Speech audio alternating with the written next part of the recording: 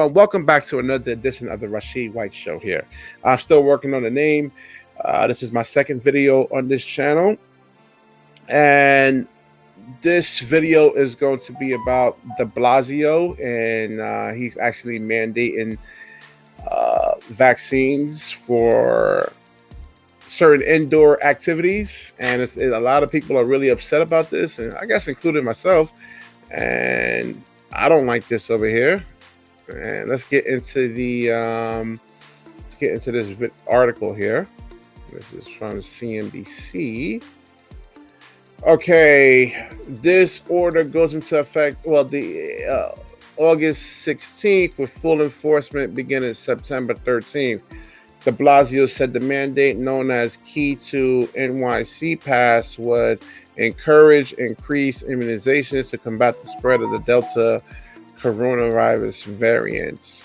The mayor orders just comes a day after de Blasio mandated vaccinations for all of the city's new hires. Okay, so New York City Mayor Bill de Blasio mandated inoculations for a range of indoor activities as the news conference Tuesday morning, requiring proof of COVID vaccinations from employees and customers of indoor eateries, gyms, and entertainment centers. Like, this man really, truly cares about you. He really cares about the people. He really does. We have such a great mayor here. All right. All right, so I did mention that the order goes into effect August 16th. Now, understand something. This is not a true law here. This is not a law. This is just the actual, let's say, a request in a sense, though. And I advise the restaurant industry and entertainment industry not to listen to this dude over here. I said it from the first time, not to listen to him the first time, and half your businesses actually closed when you're operating at 25% capacity. And if you follow those orders, then I would say orders, mandates in a sense, though, his requests, then you're going to go out of business. If they fine you, then you're going to go out of business.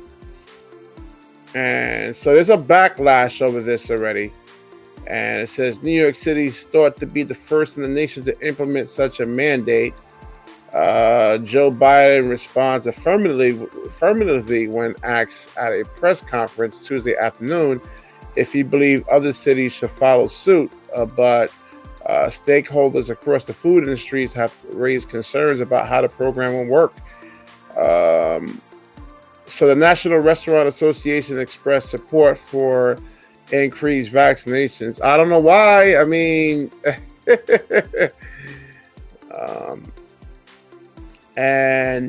but the organization, which says it represents almost 500,000 food service establishments, said the mandate will be burdensome to enforce and result in significant changes for the restaurants moving forward. You think? Checking vaccination status isn't like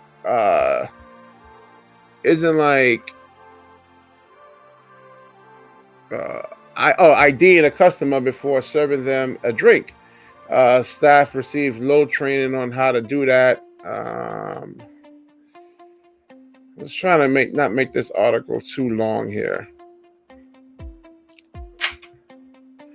All right, so Tillman Fertitta, the billionaire chairman and CEO of Laundries, which operates several restaurants in New York City, echoed Lynch's statement in the interview Tuesday with CNBC's Power Lunch. The Houston Rockets owner and support of former President Trump's endorsed the use of vaccines, but he said he wanted to prevent his restaurants from being the vaccination. Yeah, exactly. Listen, guys, going out to eat is a luxury. It's not something that has to be done. You don't need to actually go out. It's something that you actually want to do to get out there and enjoy yourself, but it's not something that needs to be done. It's not like it's not something that you actually have to do. Same thing with going on vacation and going on to a Broadway show, to a Broadway play. It's not something that really has to be done.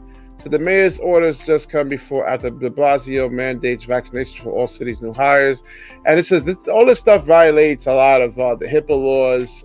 You know, you don't really have to share your medical records with anyone. That can be very discriminatory in a sense, though. And this man, like I said, he does not really truly care about you in a sense, though. If he did, he would tell you, he would mandate you actually go out there and exercise, and mandate that you go and eat healthy foods and take all the poisonous foods that's in the Black and Spanish neighborhoods that has different food additives, which is actually causing people to get sick and then become obese. And that's actually a burdensome to, you know, like say the system right there. If someone's truly obese or smokes cigarettes, I don't even think even in communist countries they even do stuff like this. They can't force you to even, you know, have a certain lifestyle in a sense. You want to go out there and smoke and drink? Well, listen, that's on you right there, man. But we know that as per the CDC, that the COVID is 99.8% survivable. Delta variant, I believe I was reading from the CDC, 99.4% survivable. So I don't know what's the flu actually kills about 80,000 people a year, but nobody's bugging out about that, including de Blasio. And listen, all right, I'm gonna wrap this video up. The camera's actually dying over here. Don't listen to this guy. He doesn't really truly care about you. The way they're actually acting is weird in a sense, so it got people freaking out. I use this as a metaphoric analogy. It's just like a supermodel woman. A supermodel just coming up to me out of nowhere. I'm walking down the street. She's walking down the street, and she'll say, "Hey, I think you look good. You are hot, sexy, virile man. Ooh, I want you so bad. Let's go right now." I said, "What? Hold on, man. Whoa. Yeah, you look good and everything, but my antennas are gonna go up to see that there's something wrong with her. Maybe she's drunk, high, or not really in the right state of freaking mind, because women just don't act like that." So they're acting really weird. Really weird. They never did anything like this before. We don't know the long-term effects of this, and